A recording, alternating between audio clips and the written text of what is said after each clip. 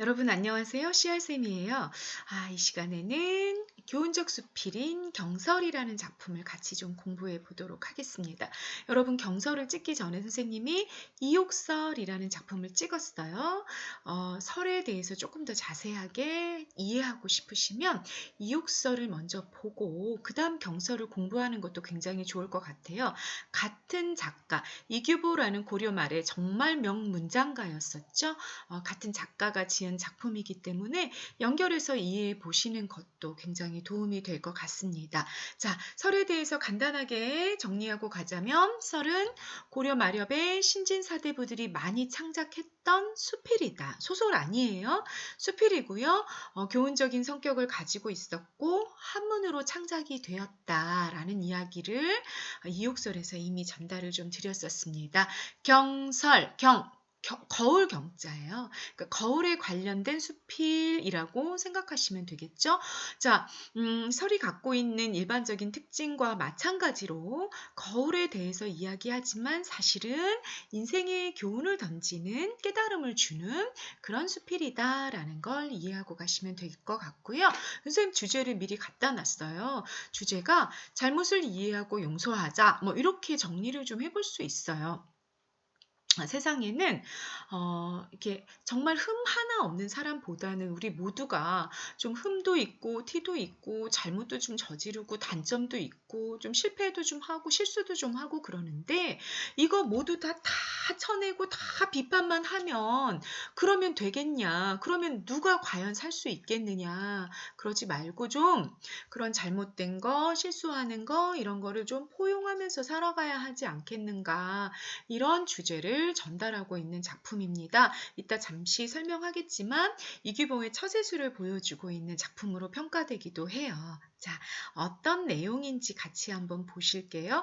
여러분들이 보시면 이 작품은 이욕설이랑도 좀 다르거든요.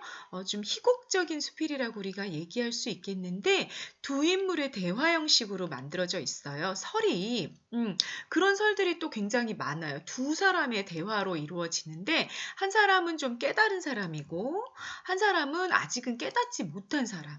그래서 깨닫지 못한 사람이 깨달은 사람의 어떤 행동이 이해가 안 돼서 질문을 하죠. 질문을 하면 잠깐만 선생님이 본문을 좀 네. 그냥 여기부터 보죠.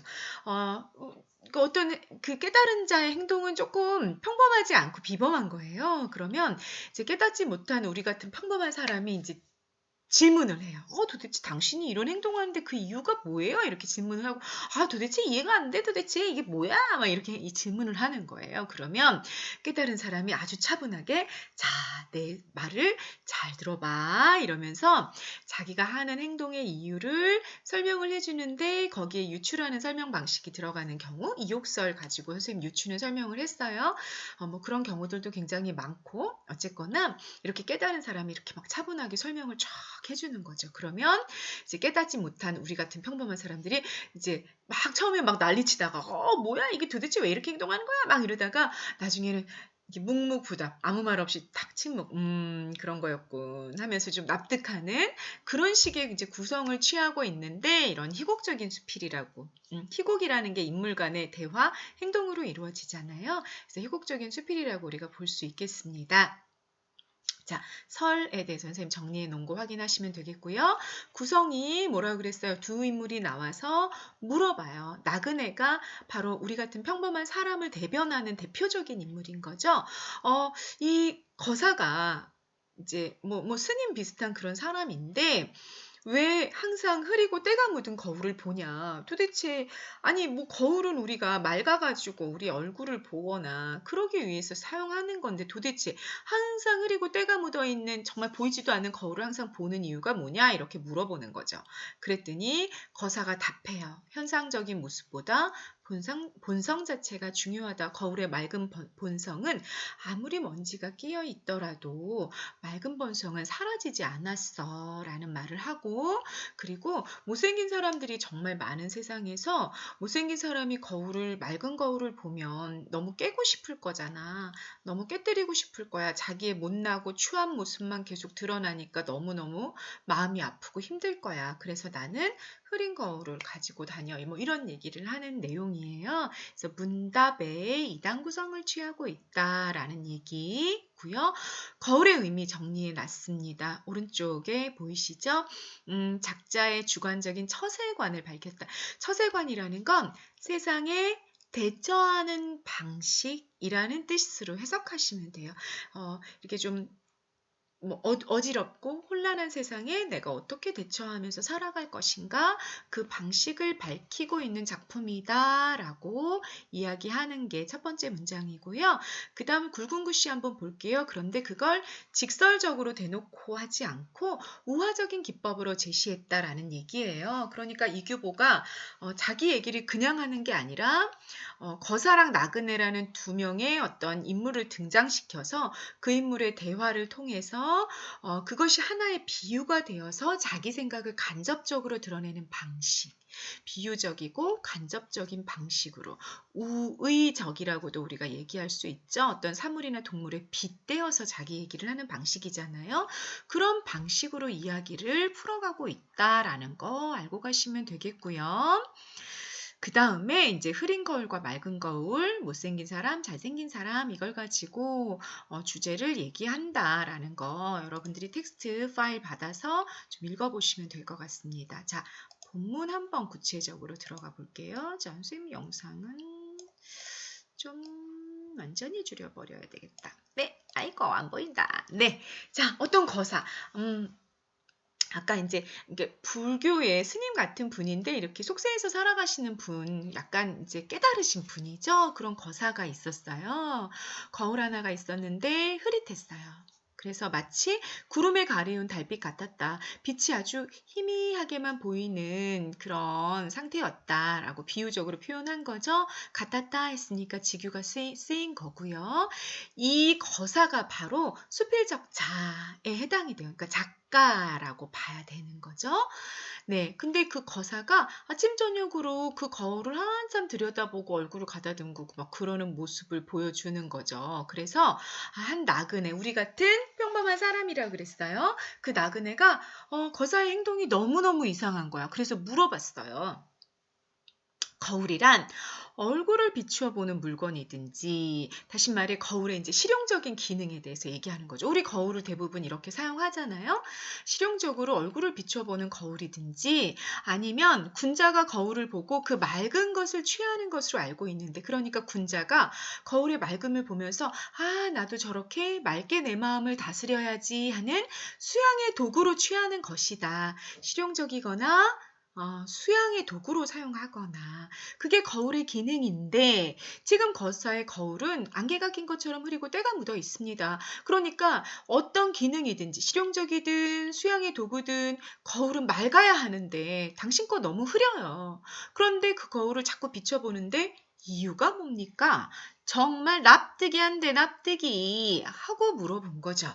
그랬더니 거사가 이렇게 대답한 겁니다. 얼굴이 잘생기고 예쁜 사람은 맑고 투명한 거울을 좋아할 거야. 하지만 얼굴이 못생겨서 추한 사람은 맑은 거울이 싫지 않겠어? 왜냐하면 맑은 거울을 보면 자기 추한 모습이 계속 드러날 거니까.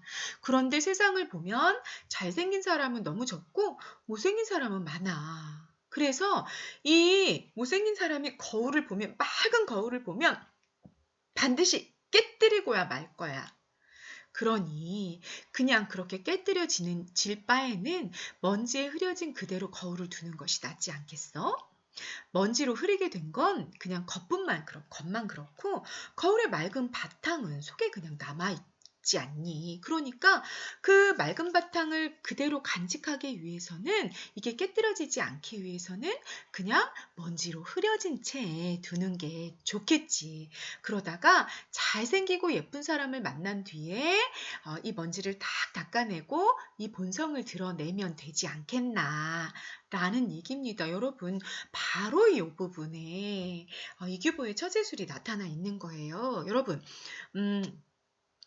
무신정변이 있었단 말이에요. 무신정변이 있었고 최씨 정권이 이렇게 최씨 가문이 정권을 잡았죠. 그래서 고려를 확 장악하고 문인들은 완전히 몰락한 상태에 있었단 말이에요.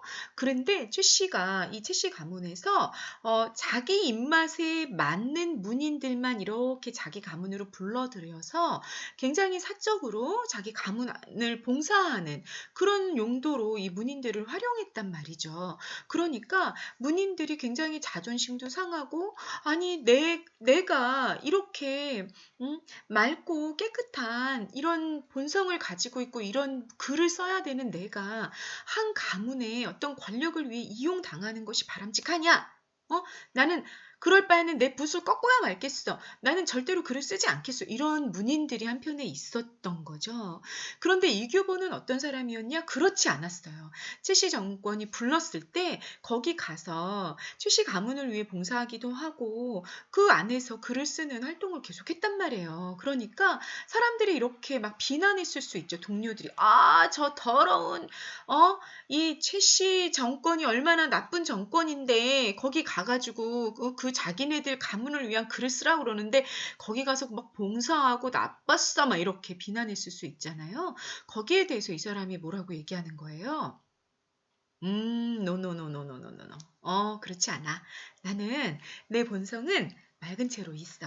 그렇지만 지금은 흐린 시대야, 흐린 시대. 네. 그렇기 때문에 맑은 본성을 드러내봤자 그냥 깨뜨려지거나 꺾이거나 그럴 수밖에 없지. 그러면 그럴 때는 내가 맑은 본성을 가지고 있는 채로 깨져버리는 것보다는 내 본성은 그대로 유지한 채로 좀 감추고 그냥 흐린 채로 그리고 나아가서 그냥 그 시대에 그 사람에게 쓰임을 받는 거지. 응? 그러나 본성은 이제 계속 갈고 닦아야 되겠지. 그러다가 최씨 정권이 뭐 100년, 200년 뭐 갈 수는 없잖아. 그들이 무너지고 진짜 정당한 어떤 정권이 들어섰을 때 그때 정말 맑은 사람들이 들어왔을 때 잘생기고 예쁜 사람들이 정권을 다시 잡았을 때 그때 내 맑은 본성을 다시 보여주면 되잖아. 뭐가 문제가 되겠어? 깨뜨려지는 것보다는 그게 훨씬 낫지.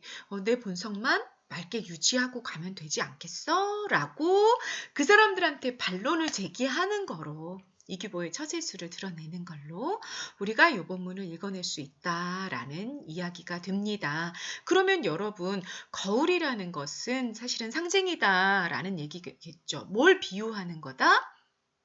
유추적으로 우리가 이해를 해본다면 거울은 인간의 내면을, 인간의 본성을 의미하는 거다. 그리고 이규보는 그 인간의 본성은 변한다, 변하지 않는다? 변하지 않는다. 그리고 어떻다? 맑다. 깨끗하고 착한 것이다. 라고 전제를 깔고 있는 거예요. 그리고 이 맑고 깨끗한 본성을 계속 유지한 상태로 세상의 흐름에 적응해 가야 해. 라는 이야기를 하나 전달하는 거다라고 우리가 읽어갈 수 있다라는 얘기입니다. 두 번째는 또 어떻게도 우리가 읽을 수 있는 거냐면요. 이렇게 읽을 수 있는 거죠. 여러분 이욕설을 제가 먼저 영상을 만들어 놨다라고 말씀드렸잖아요. 이욕설의 주제를 또 보면 제가 제 화면을 좀 키울까요? 네. 이욕설을 또 보면 뭐 이런 내용이 있었단 말이에요. 잘못은 좀 빨리 얘기하고 고쳐야 돼. 잘못을 고쳐야 돼. 이런 얘기를 했었잖아요. 근데 어떤 사람이 이렇게 하는 거죠. 나는 이러이러한 잘못을 저질렀습니다. 이렇게 얘기했다고 해봐요. 그런데 우리나라 사람들이 너무 비판하고 비난하고 이런 거 너무 잘하는 거죠. 그래서 내가 이러이러한 잘못을 저질렀어라고 얘기했을 때 막 그 사람의 막 비난만 하고 비판만 하고 그 사람을 막 내쳐. 받아주지 않아. 어떤 실수를 하는 순간 이 사람 그냥 인생의 루저가 돼버리고 그 사회에 낙인이 찍혀버려. 실패자로. 다시 설 기회를 주지 않는 거죠. 우리 민족이 좀 그런 습성이 있었던 것 같아요. 그러니까 이규보가 경서를 통해서 하고 싶은 얘기인 거죠. 어떤 얘기를 하고 싶은 거예요? 아니 그렇게 잘못을 저지른 사람이 있다고 해. 근데 그런 사람들이 너무 많잖아. 사실은 우리 모두 좀 실수도 하고 잘못도 하고 그러는데 근데 그런 사람들 맑은 거울에 비춰봤을 때 너 흠 있어? 너 저리 가, 저리 가. 이렇게 자꾸 내치면 되겠니? 잘못도 좀 포용해야 하지 않을까. 흐린 것을 취해야 한다, 우리는. 흐린 것도 취해서, 이 잘못을 좀 애정어린 시선으로, 열린 마음으로 좀 받아주자. 그래서 포용하고 가자. 그래야 이 사람들이 다시 일어나고, 잘못을 좀 용서받은 사람들이 그 실수를 다시 반복하지 않고 다시 재기에 성공하고 그럴 수 있지 않겠나. 뭐 이런 이야기를 하는 것으로도 우리가 이 경서를 읽어낼 수 있다라는 얘기입니다. 자, 두 가지의 주제가 가능하다는 얘기예요. 네, 첫 번째 주제는 뭐다? 인간의 맑은 본성은 간직한 채 흐린 세상에서도 우리가 처세술을 발휘해서 세상에 대처해 나가야 된다라는 얘기 하나. 두 번째는 우리가 실수하고 흠 있고 흐린 상태의 사람들이 훨씬 더 많기 때문에 이런 사람들을 좀 거사처럼 이렇게 흐린 거울을 항상 바라보고 간직하고 있는 것처럼 그런 사람들을 우리 사회가 포용하고 그래서 그 사람들이 그 잘못을 용서받고 다시 살아갈 수 있도록 해야 한다. 잘못을 용서하고 포용하는 태도를 보여줘야 된다. 이런 두 번째 주제도 우리가 뽑아낼 수 있다라는 얘기입니다. 이렇게 거사가 이야기했더니 나그네가 그 얘기를 다 듣고 대답이 없었다라는 걸로 작품이 끝나고 있어요. 나그네가 말이 없었던 건 이 거사의 논리를 받아들였다라고 우리가 읽어낼 수 있는 거죠. 네, 다시 정리할게요. 희곡적인 수필이다 그랬어요. 두 인물의 대화로 이야기가 진행이 되기 때문에 그랬죠.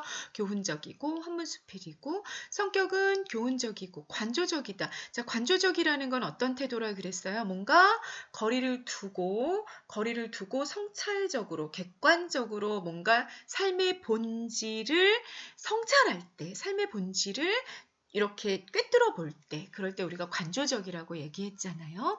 그래서 이게 사물의 본질에 대해서 또는 어떤 본질적인 처세술에 대해서 우리가 이야기하고 있기 때문에 관조적인 태도가 드러난다라고 이야기할 수 있습니다. 또 우의적인 성격도 나타나고 있었어요. 여러분, 비유적인 성격. 그것도 기억을 좀 해놓고 가십니다. 어조가 대화체로 이루어져 있었죠. 문답법 있었고요. 주제에 뭐 이런 것들이 주제가 될 수 있겠다라는 거 읽어가시면 되겠습니다. 네. 해제도 보시고요. 구절풀이도 선생님이 텍스트 파일에는 다 올려놨어요. 선생님 다 이미 이 얘기 했기 때문에 이거는 그냥 넘어가도 될 것 같아요. 여러분 텍스트 파일 가지고 한번 이해해 보시고요. 네, 이해가 잘 안 되는 부분 있으면 질문하셔도 좋겠습니다. 네, 경설이라는 이규보의 작품이었습니다. 이육설과 함께 점검하시면 굉장히 좋을 것 같습니다. 오늘 영상 여기까지 찍겠습니다. 감사합니다.